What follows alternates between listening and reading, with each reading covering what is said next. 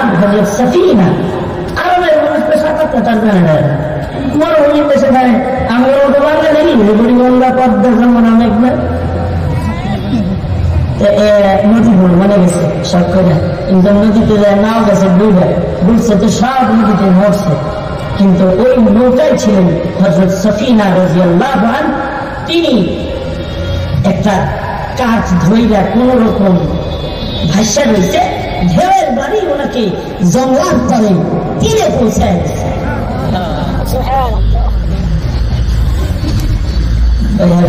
আছে উনি তীরে নাই না, কেউ শুক্রিয়া টুকরা আদায় করে, কেবল উচ্চা দৌড়াদারি সব গেছে না পানিতে বাঁচতে বাঁচতে দাঁড়ায় মোড়ামুড়ি দিতেছে। আর তাকায় দেখে যে বাঘ একটা খাবার দেওয়ার লেগে একেবারে প্রস্তুত হয়ে রেডি হয়ে গেছে, এখনই লুকমাটা বাড়াইব আর কি। সাহাবির মতন সাহাবি যেমন জঙ্গলের পাহাড়ের চূড়ায় দাঁড়ায় বলে, জঙ্গলের হিংস্র প্রাণী, আমরা আল্লাহর রাসূলের সাহাবী, সব পালিয়ে যান। সাহাবী কথা বলছে, জঙ্গলের প্রাণীরা সব যার মতো জঙ্গল সাইডা চলে যেতেছে। এটা তো সাহাবী, এটা বাঘের বরাবর দাঁড়ায় বলে, আমি সাইয়্যিদুল মুরসালিন নবীর সাহাবী, তোদের জঙ্গলের মুসিবতে করে ভেসে এসেছি, সাবধান, আমার ভয় লাগবে, আমার দিকে আসবি না। সাথে সাথে বাঘ তার থাবাকে নিচে নামাইয়া ধীরে ধীরে আস্তে আস্তে হেঁটে হেঁটে হযরত সফিনার কাছে যায় দাঁড়াইছে। বাঘের জবান সাইয়্যিদুল মুরসালিন নবীরা আমি দেখি নাই, তুই নবী দেখছিস, আমি তোরে দেখি।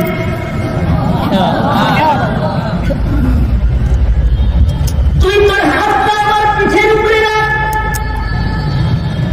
জঙ্গলের সবাই বুঝবে তোর লোকে আমার খাতির, আমি জঙ্গলের রাজা। ভয়াল জঙ্গল পার করে দেব আমি আমার জিম্মায়। সফিনা বাঘের পিঠে হাত রাখছে, বাঘ জঙ্গলের মাঝখান দিয়া হযরত সফিনাকে নিয়ে পার হয়ে চলে যায়। বাঘ সিংহ সবাই দেখে নীরব দাঁড়ায়, কেউ কাছে আসে না। টোটাল জঙ্গল পার করে দিয়া মানব বসতির কাছাকাছি আগায় দিয়া এবার বাঘটা থামবে আর সফিনাকে আদর করে বলে, যাও চলে যাও। যতদূর হযরত সফিনাকে দেখা গেছে ততদূর বাঘ দাঁড়ায় দাঁড়ায় কাঁদছে, মনে হয় নিজের আপন পরিচয় ছেড়া কোনো ধন বিদায় দিতেছে। বাঘের জবান খুলে গেছে, বাঘ কথা বলেছে। আল্লাহ পাকের কুদরত, আল্লাহ বলায় যে বাঘ কথা কয়। যারা ফজরের নামাজ পড়ে তাদের নামাজের সাক্ষী ফেরেশতারা দিবে। আল্লাহু আকবার, জোরে বলেন। যোহরের নামাজের সাক্ষী দোকানের সেলসম্যান অধিবক্র বসে নামাজটা পড়ছে, রাস্তার ব্যক্তিকে অধিবক্র দেখছি গেছে, পথচারীরা সাক্ষী দিবে যে নামাজ পড়ছে। মানুষের সাক্ষী আর ফেরেশতার সাক্ষী ব্যবধান আছে না? কিন্তু ফজরের নামাজের সময় সব মানুষ সাক্ষী ঘুমায় রয়েছে, কিন্তু ফজরের রক্তের সময় ফেরেশতাদের আনাগোনা হয়। জমিনের ফেরেশতারা আসমানে যায়, আসমানের ফেরেশতারা জমিনে আসে। শিফটি পরিবর্তনের সময় এখানে আল্লাহ তাআলা বলেন, আকিমিস সালাতা লিতুলুকিশ শামসি ইলা গাসাকিল লাইলি ওয়া কুরআনাল ফাজর ইন্না কুরআনাল ফাজরি কানা মাশহুদা ইন্না কুরআনাল ফাজরি কানা মাশহুদা। ফজরের নামাজটা হলো সাক্ষী নামাজ। ফজরের নামাজ যারা পড়ে তাদের নামাজের সাক্ষী দেয় ফেরেশতারা। আল্লাহু আকবার। ফজরের লম্বা কিরাত তিলাওয়াতুল কুরআন হয়, ক্লান্ত বদনে কুরবানি বেশি ফজরের নামাজে শীতের রাত ল্যাপের নিচে আরাম লাগতেছিল ঠান্ডা পানি দিয়ে ওযু করে মসজিদের পয়লা কাতারে দাঁড়ায়া নামাজে দাঁড়ায় লম্বা করে কেরাত সুন্দর লাগছে ফেরেশতারা বলতেছে আল্লাহ ছিল ঘুমে ছিল ল্যাপের নিচে কত ভয় পায় তোমারে ঠান্ডা পানি দিয়ে ওযু করে তোমার কদমে সেজদাটা মারছে আল্লাহ ওর নামটা সেজদাটা তার খাতায় লিখে দিবে ফেরেশতারা ওদের ইবাদতের সাক্ষী হয়ে যায় এ কারণে ওয়াক্তুল ফাজর 24 ঘন্টার ভেতরে সবচেয়ে দামি সালাতুল ফাজর নামাজের ভেতরে সবচেয়ে দামি যারা ফজরের নামাজ করে না এরা ফরিদি নামাজি রাগ হয়েছে রাগ হলে কিচ্ছু ফরিদি নামাজি বাবা ফজর পড়ছ না আর যারা ফজর পড়ে ওরা সরদার নামাজি আল্লাহু আকবার বলে ফজর পড়ে সরদার নামাজি ফজরের ওয়াক্তের পরেই যে ওয়াক্তটা সবচেয়ে বেশি দামি সেই ওয়াক্তটার নাম হলো ওয়াক্তুল আসর আর ফজরের পরে গুরুত্বপূর্ণ নামাজের নাম হলো সালাতুল আসর আসরের নামাজ এখানে এই দুই নামাজের নামে কসম আছে কোরআনে ওয়াল ফাজর সূরাতুল ফাজর ওয়াল ফাজর ফজরের কসম আর এখানে পায় ওয়াল আসর আসরের কসম তার মানে হলো আসরের নামাজটা দামি নামাজের কসম আল্লাহ করতেছেন এত দামি আল্লাহ কয় হাফিজু আলাস সালাওয়াতি ওয়াস সালাতুল বুসতা নামাজ পড়া বিশেষভাবে নামাজ হেফাজত করবা আসরের নামাজ সব নামাজ হেফাজত করবা কিন্তু আসরের দিকটা শুনে নেই কারণ কি কারণটা শোনার পরে ভালো করে একটা সোলান লাগবে কারণ হলো ওয়াক্তুল আসর এটাও দামি ওয়াক্তুল ফজর মাকামে বিলায়াত মাকামে নবুয়ত আর ওয়াক্তুল আসর মাকামে বিলায়াত আসর যারা গুরুত্বের সাথে করে আল্লাহ তাআলা ওয়ালায়াতের মাকাম তাদের আল্লাহ তাআলা দান করে আরেকটা কারণ হলো ঘুমন্ত অবস্থায় একটা নামাজ কাজা হয় নবীজিকেও আল্লাহ কাজা করাইছেন ফজর ঘুমে বেলালের দায়িত্ব দিছে উড়াই দিছে ঘুমদাতাকে পরীক্ষা ঘুম দেবো না আল্লাহ ঘুমবে ঘুমদাতাকে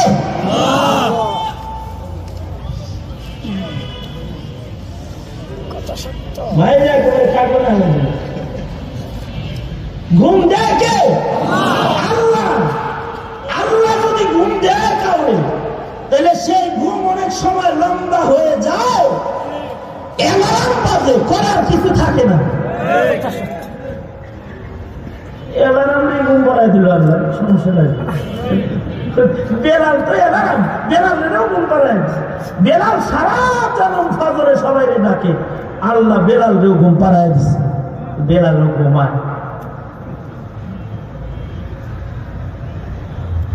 আল্লাহ যদি ঘুম পাড়ায় কাউকে তাহলে ঘুম লম্বা হয় এ কারণে ইমানদার রে আল্লাহ লম্বা ঘুম পাড়াবে কবরে ইমানদার যখন ঘুমোবে কবরে যাবে তো তাকে বলবে নাম কালাউমাতিল আরুস বাসরের জামাইয়ের বড় একটা ঘুম দে কেউ দরজার কাছে আইবো চাইবো না আল্লাহু আকবার আল্লাহু আকবার এক ঘুমে ইসরাফিলের বাসি পরে ইসরাফিল তো করে ডাকবো না আল্লাহ তাআলা সূরা কাহফে আছে আসহাবে কাহফকে ঘুম পাড়াইছে এক ঘুমে 309 বছর কয় বছর 309 বছর এই কয় বছর 309 কয় বছর 309 বছর এক ঘুমে 309 বছর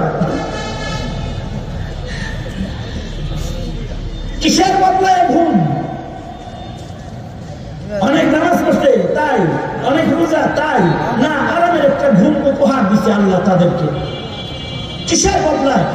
মূর্তি অপছন্দ করার গুণের বদলা। কিসের বদলা? কিসের বদলা? কিসের বদলা? আমি আল্লাহর কাছে দোয়া করি, সারা জনম মরমীরা ভাস্কর্যের মূর্তির বিরুদ্ধে ওয়াজ করলো, কিন্তু 5 তারিখের থেকে 6 তারিখ সন্ধ্যার ভেতরে টোটাল বাংলাদেশের সব মূর্তি ধোঁয়ার সাথে মিশিয়ে দিল। কোন আলেম মূর্তি ভাঙে নাই, কোন ছাত্র মূর্তি ভাঙে নাই, কিন্তু মূর্তি অপছন্দকারী ইব্রাহিমের সন্তানরা বাংলাদেশের স্কুল কলেজেও আছে। ওরা মূর্তিকে শোয়া মূর্তির উপরে মুদ্রা দিছে। বাবা করছে।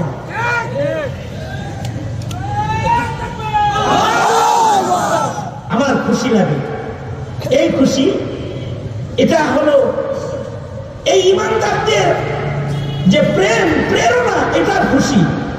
আমার মন বলে ওদের এই আমলটা যদি আল্লাহ কবুল করে থাকে, কবরে যাওয়ার সাথে সাথে বলবে হাসিনার বহুত্ববাদের মিশন প্রশ্নকারী তোরা একত্ববাদ প্রেমী আমার ইমানদার বান্দা আরামে আসামে কাহাফের মতো ঘুমা, কেউ তো করে ডিস্টার্ব দিবে না।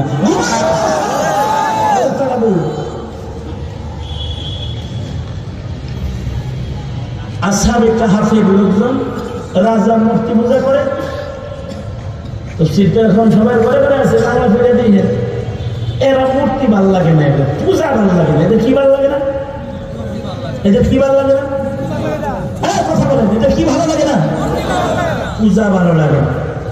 পূজা ভালো না লাগাটা ইমান, কিন্তু ওয়াজ ভালো না লাগাটা বেঈমান। বেঈমান মুসলমানের পূজা ভালো নাই লাগতে না লাগাটাই ইমান, কিন্তু যারা বলে পূজা সমান ওরা বেঈমান। যারা বলেন ওরা কি? যারা আওয়াজ করে বলেন ওরা কি? কেন পূজা মুসলমানের হবে? হিন্দুরা কি আমাদের ওয়াজে আসে? ঈদের নামাজ পড়তে আসে? জুমার নামাজ পড়তে আসে? তো কালো মাওলা পূজায় যাবে কেন? বুঝতে পারছে? হিন্দুত্ববাদ চাষাবাদ করতে চাও শাহজালালের বাংলায়। মূর্তি অপছন্দ, বাস এই ইমানের কারণে 309 বছর ঘুম পাড়াইছে একটা না,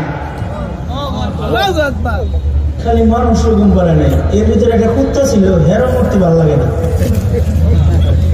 মানে এই 7 জন যখন মেলার থেকে বাইরেছে জঙ্গলে যাইব, কুত্তা একটা পিছে পিছে আসে, 7 জনে কয় কি জ্বালাই বললাম, আমরা যাই নিরিবিলি ঘেউ ঘেউ বাটি দেখাই। কুত্তায় কয় আমি ঘেউ ঘেউ করতাম না, আমি ঘেউ ঘেউ করতাম না। আল্লাহু আকবার বলে, কারণ আমিও তো দলে, তখন যেটা ভালো লাগে না আমার এটা ভালো লাগে না, আমি তো লবে। আল্লাহ কয় অকাল বুহুম, আসলে কুত্তাটাও বলে। আল্লাহ বলে বলে কোরআনের ভিতরে আজব কুকুর যেটা কথা বলেছে আসহাবে কাহাফের লোক, মনে মনে ভাবতে পারেন কুত্তাও কথা কয়। আল্লাহ বলাইলে হরিণ কথা কয়, নবীর লোকে হরিণ কথা কইছে। আল্লাহ বলাইলে উটে কথা কয়, নবীর লোকে উট কথা বলছে। সহিহ হাদিস শিকায়াতুল জামাল। আল্লাহ বললে বাঘও কথা কয়, বাঘ কথা বলে। আল্লাহ বললে সাপ কথা বলে, সাপ গাড়ে সরে কথা বলে, সাপ বলে। আল্লাহ নবী কবের থেকে আয়া পড়ে দিচ্ছে আপনারা দেখবো বলে আবু বকর দেখতে দেয় না, এই জন্য দেশে কামড়ে খান বসে। সাপে কয়। বাইহাকি শরীফে আছে এক সাহাবীর নাম হযরত সফিনা। আরবের মানুষ তো সাঁতারটা তার জানে না, মরুভূমির দেশে দাঁড়ায়। আমি ওর মতো বাঙালি যে বুড়িগঙ্গা পদ্মা যমুনা মেঘনা নদী ভ্রমণে গেছে সব করে, কিন্তু নদীতে যায় নাও গেছে ডুবছে, তো সব নদীতে মরছে। কিন্তু ওই নৌকায় ছিলেন হযরত সফিনা রাদিয়াল্লাহু আনহা। তিনি একটা কাঠ ধইরা কোন রকম ভাষা রয়েছে, ঢেউয়ের বাড়ি ওনাকে জংলার তরে তীরে পৌঁছায় গেছে। বাইহাকি শরীফে আছে উনি তীরে নাইমা কেবল শুক্রিয়া টুকরে আদায় করে কেবল উঠা জোড়াদারি সব গেছে কেন পানিতে ভাসতে ভাসতে দাঁড়ায় মোড়ামুড়ি দিতেছে আর তাকায় দেখে যে বাঘ একটা খাওয়া দাওয়ার লেগে একেবারে প্রস্তুত হয়ে রেডি হয়ে রয়েছে, এখনই লুকমাটা বানাইব আর কি। সাহাবীর মতন সাহাবী যেমন জঙ্গলের পাহাড়ের চূড়ায় দাঁড়ায় বলে, এই জঙ্গলের হিংস্র প্রাণী, আমরা আল্লাহর রাসূলের সাহাবী, সব বাইরে হয়ে যান। সাহাবী কথা বলছে আর জঙ্গলের প্রাণীরা সব যার যার মতো জঙ্গল সাইডা চলে যেতেছে। এটা হচ্ছে সাহাবী। এটা বাঘের বরাবর দাঁড়ায় বলে, আমি সাইয়্যিদুল মুরসালিন নবীর সাহাবী, তোদের জঙ্গলে মুসিবতে পড়ে ভেসে এসেছি, সাবধান, আমার ভয় লাগে, আমার দিকে আসবি না।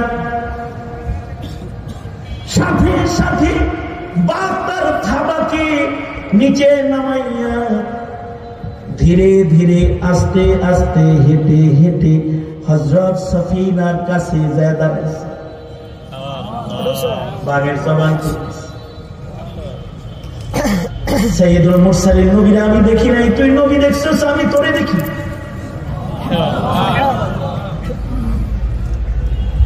তুই তোর হাতটা আমার পিঠের উপরে রাখ, জঙ্গলের সবাই বুঝবে তোর লগে আমার খাতির, আমি জঙ্গলের রাজা। ভয়াল জঙ্গল পার করে দেব আমি আমার জিম্মায়। সফিনা বাঘের পিঠে হাত রাখছে, বাঘ জঙ্গলের মাঝখান দিয়া হযরত সফিনাকে নিয়ে পার হয়ে চলে যায়। বাঘ সিংহ সবাই দেখে নীরব দাঁড়ায়, কেউ কাছে আসে না। টোটাল জঙ্গল পার করে দিয়া মানব বসতির কাছাকাছি আগায়া দিয়া এবার বাঘটা কান্দে আর সফিনাকে আদর করে বলে, যাও চলে যাও। যতদূর হযরত সফিনাকে দেখা গেছে ততদূর বাঘ দাঁড়ায় দাঁড়ায় কাঁদছে, মনে হয় নিজের আপন কলিজা ছেড়া কোন ধন বিদায় দিতেছে। বাঘের জবান খুলে গেছে, বাঘ কথা বলেছে। আল্লাহ পাকের কুদরত, আল্লাহ বলায় যে বাঘ কথা কয়, আসহাবে কাহফের কুকুর কথা কয়। মূর্তি খালি তোর অপছন্দ না, আমারও অপছন্দ, আমি তোদের দলের, তারাস না, আমি তোদের সাথে থাকবো। কুকুর সহ 7 আল্লাহর গোলাম যে ঘুমায় পড়ছে, এর ঘুমে 309 বছর, 309 বছর পরে আল্লাহ ঘুম ভাঙছে। এমনকি আল্লাহ তাআলা সূর্যকে বলে, সূর্য সাবধান, এখানে তৌহিদ পছন্দ গোলাম ঘুমাইছে, ওদের চোখে যেন আলো না লাগে, কক্ষপথ পরিবর্তন করে উঠা যান, গর্তের ভেতরে যেন সূর্যের আলো না যায়, ওদের ঘুম যেন ভেঙে না যায়। এবার সূর্য দূর দিয়া উঠা যায়, ডুববা যায়, ভিতরে আলো যায় না। 309 বছর পরে ঘুম ভাঙ্গাইছি। ঘুম থেকে জায়গায় একজন আরেকজনকে কয়, কিরে খুব ঘুমাইছ? কতক্ষণ ঘুমাইলাম রে? কেউ কয় আধা দিনের কম না, কেউ কয় 1 দিনের কম না।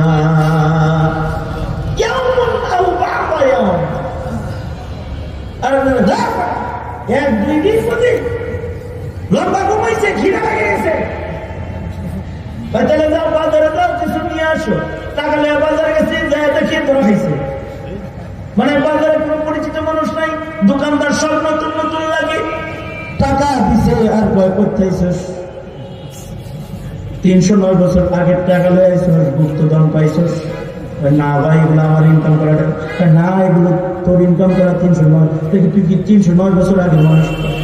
এখন বাদশাকে, এখন বাদশাহ, তখন বাদশাকে ছিল এখন 309 বছর আগে হলো। কয়দিন ঘুমাইছিস? আমি এখানে আমার লগে আরো আছে, সব একসাথে ঘুমাইছিলাম। আর সাহাবে কাহাবের ঘুম দেখা আর জাগ্রত হওয়া দেখা সবাই কেমন বুঝে আসছে। গোটা রাজ্যের মানুষ একসাথে কালেমা পড়ে মুসলমান হয়ে গেছে। এবারে ইমানদাররা কয়, ওগো আল্লাহ, আমাদের ইমান, আমাদের ঘুম, আমাদের জাগ্রত হওয়া দেখায়া যেই বান্দাগুলা ইমান আনলো, আমরা ওই বান্দাদের ক্ষতির কারণ হতে চাই না। হতে পারে তারা আমাদের পূজা শুরু করে দিবে। সুতরাং এই দুনিয়ায় আমাদের থাকার দরকার নাই। মূর্তি অপছন্দ করার আমলটা যদি পছন্দ হয়ে থাকে, আল্লাহ তুমি আমাদেরকে তোমার কাছে ডেকে নিয়ে যাও। দোয়াটা করতে দেরি হইছে, আল্লাহ তাআলা 7 জনকে একসাথে ডেকে জান্নাতে নিতে দেরি করে দেন। 7 জনকে একসাথে আল্লাহ তাআলা মৃত্যু দিয়া আল্লাহর জান্নাতে পৌঁছায়া দিয়েছে। আল্লাহ দান, আল্লাহ ঘুম পাড়াইলে এরকম পাড়ায়। আল্লাহ ঘুম পাড়াইলে কলা পাতায় ঘুম পাড়ায়। আল্লাহ ঘুম পাড়াইলে মসজিদেও ঘুম পাড়ায়। আল্লাহ ঘুম পাড়াইলে শান্তিতে নিজের জন্মভূমিতেও ঘুম পাড়ায়। আর আল্লাহ যার ঘুম জন্মভূমিতে হারাম করে দেয়, সে মুদির ঘরে যায় ঘুমায় যায়।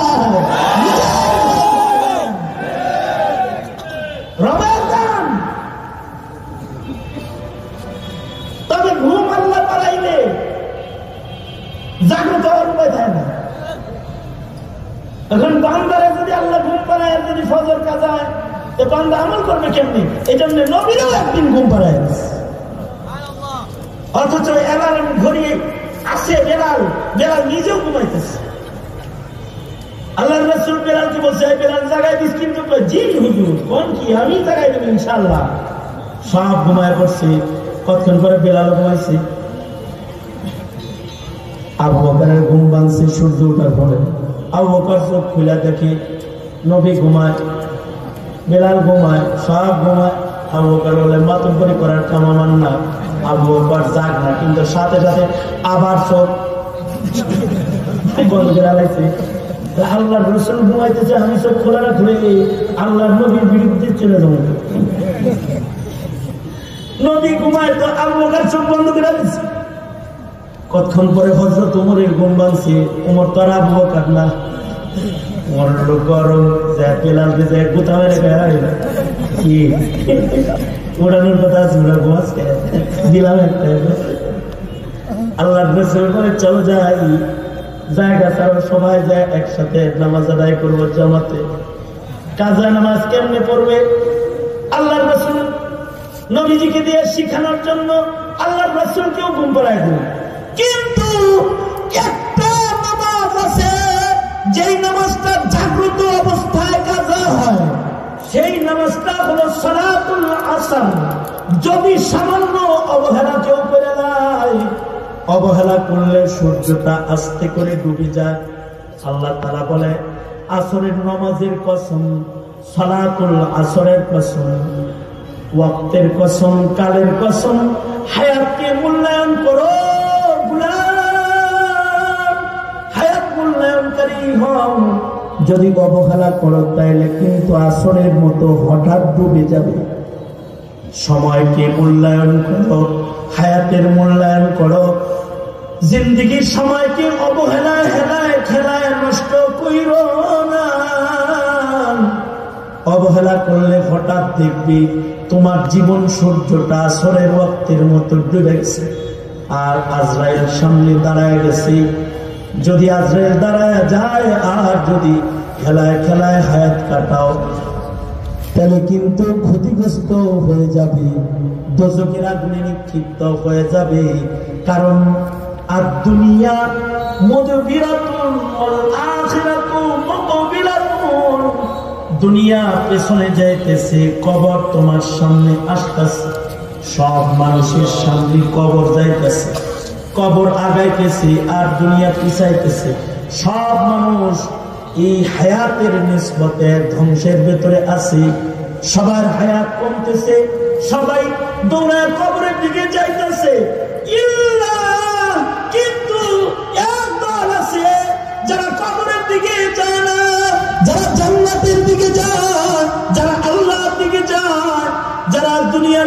শেষ করে জান্নাতের হায়াতের দিকে আগায়, একটা দল আছে তাদের মরণে ধ্বংস নাই, তাদের হায়াত ফুরাইলে দুশ্চিন্তা নাই। ইল্লাল্লাযীনা আমানু ওয়া আমিলুস সালিহাত ওয়া তাওয়াসাউ বিল হাক্কি ওয়া তাওয়াসাউ বিস সাবর। এই চার কাম হায়াতে যারা করবে, মরণ আসলে তাদের ভয় নাই, দুনিয়ার হায়াত শেষ হলে তাদের ভয় নাই। দুনিয়া থেকে তারা বের হবে, মরণ দরজা দিয়া আল্লাহর জান্নাতে তারা ঢুকে যাবে। মানুষের ভেতরে তাদের ভয় নাই। কেউ হায়াত পাইছে 60 বছর, কেউ 70, কেউ 40, কেউ 2, কেউ 1 মাস, কেউ 1 সেকেন্ড। এই 1 সেকেন্ডের হায়াত যে কামে লাগাইছে, 1 সেকেন্ডের হায়াত দিয়েছে জান্নাতে চলে গেছে। আর যারা হায়াতকে নষ্ট করেছে তারা দোজখে পড়ে গেছে। অর্থাৎ হায়াত হলো জান্নাত বাণিজ্যের মূল ক্যাপিটাল, মূলধন। সুতরাং হায়াতকে বেঈমানের হালতে কাটাইলে হবে না, গুনাহের কাজে হায়াত নষ্ট করলে হবে না, হায়াতকে বুবা শয়তানের মতো চুপ থেকে কাটাইলেও হবে না। ওয়াতাওয়াসাউ বিল হক। বুবা শয়তান হয়ে 80 বছর বেঁচে থেকেও লাভ নাই। মুগ্ধ আবু সাইদের মতো 21 বছর বাঁচলেও সত্য বলে যদি বুকটান করে মরে যাও তো অমর হয়ে মরে যাবে, তুমি চলে যাবে, কিন্তু জাতি তোমার জন্য দোয়া করতে থাকবে, জান্নাত চাইতে থাকবে। ওয়াতাওয়াসাউ বিল হক ওয়াতাওয়াসাউ বিস সাবর। ধৈর্যের চরম পরাকাষ্ঠায় নিজের হায়াত কাটাবে। আমলের ধৈর্য, মুসিবতের ধৈর্য, গুনাহ থেকে বাঁচার ধৈর্য, এই গুণগুলা যাদের ভেতরে পাওয়া যাবে তাদের হায়াত শেষ হইলে অসুবিধা নাই। একদিকে তাদের হায়াত শেষ হবে, আরেকদিকে তারা দুখুলে জান্নাত হবে। সুতরাং নিজের জিন্দেগীর মূল্যবান হায়াত এটা কাজে লাগাইতে হবে। আর হায়াত কাজে লাগানোর গোল্ডেন মাস হলো রমজান মাস, যেটা আইতাছে। আল্লাহর রাসূল বলে রজব মাসে আপনি আল্লাহর কাছে হায়াত চাইবা। এই কথাটা আমার আলোচনার আজকে শেষ কথা। আমার কাছে যদি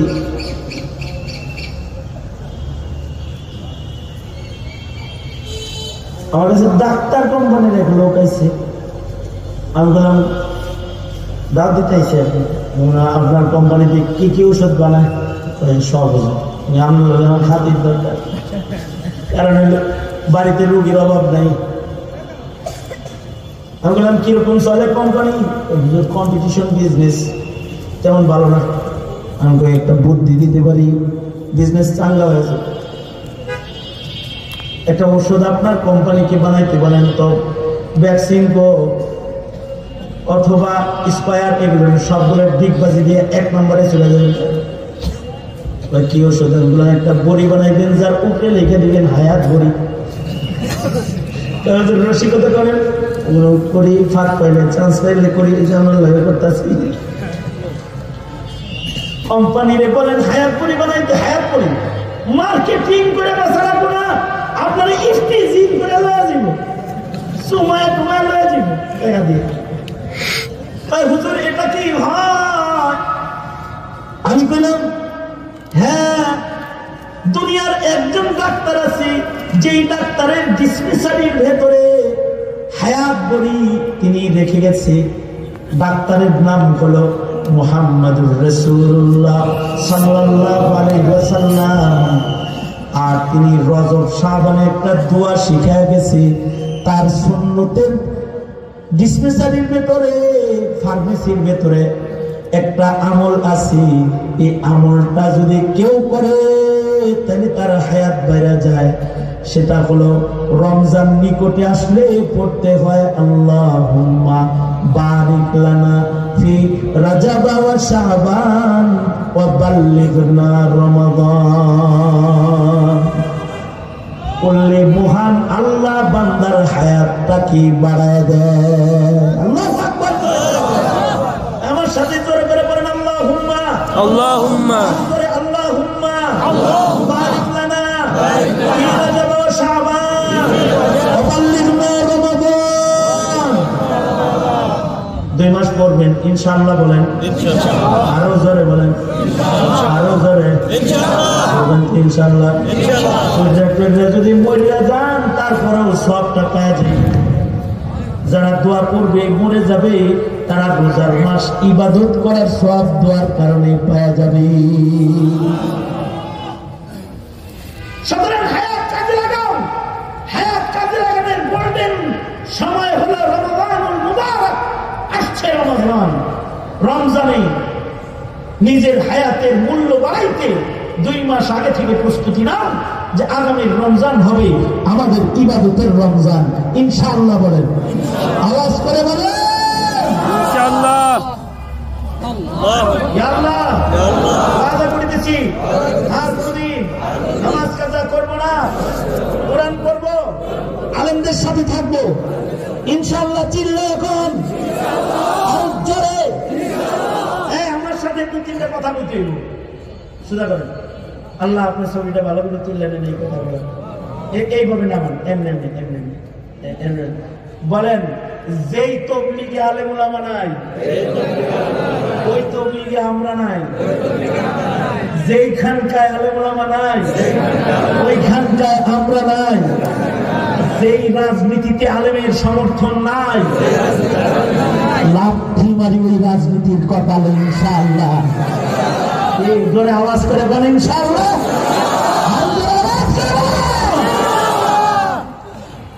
সময় বড় গোল্ডেন সময় চলছে এখন, নতুন সরকার গঠনের সময়। ভোটটা কারে দিবা?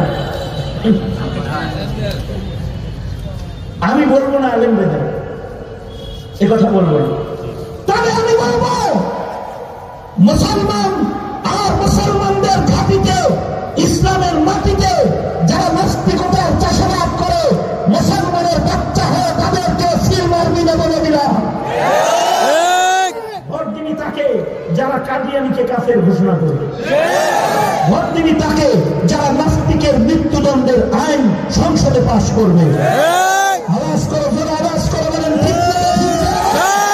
ভোট দিবি তাকে যারা তোর প্রজন্মকে ঈমান শিক্ষা দিবে, প্রজন্মকে হিন্দু কাদিয়ানী খ্রিস্টান বানানোর চক্রান্ত যারা করে তাদের ঘাট বের করে দিবি ভোট চাইতে আসলে। আল্লাহু আকবার। আমরা রাজনীতির ভোট চাইতেছি না, তবে ঈমান বাঁচানো শিখাইতেছি। যারে তারে ভোট দিবি তো দেশটা গুরুস্থান হয়ে যাবে, গুরুস্থান হয়ে যাবে, কবরস্থান হয়ে যাবে আর শ্মশানে পরিণত হবে। সুতরাং নামাজি বাড়াও, ইমানদার বাড়াও, ইসলাম বাঁচাও, দিন বাঁচাও, প্রজন্মকে বাঁচাও, ব্যাপকের আগুন থেকে নিজেকে বাঁচাও। ঠিক কিনা বলে হাসান তো ইনশাআল্লাহ স্মরণ থাকে যেন আল্লাহ তাআলা এই তাফসীর মাহফিলকে কবুল করে, 19তম এই অধিবেশনকে আল্লাহ তাআলা কবুল করে, আগামী তাফসীর মাহফিলও আল্লাহ তাআলা কবুল মঞ্জুর করে। অসংখ্য মাসাজিদের আইনের মাসাজিদরা এই মজদার তাফসীরের সাথে জড়িত, আল্লাহ তাআলা তাদের সকলকে জাযায়ে খায়র দান করে। আমি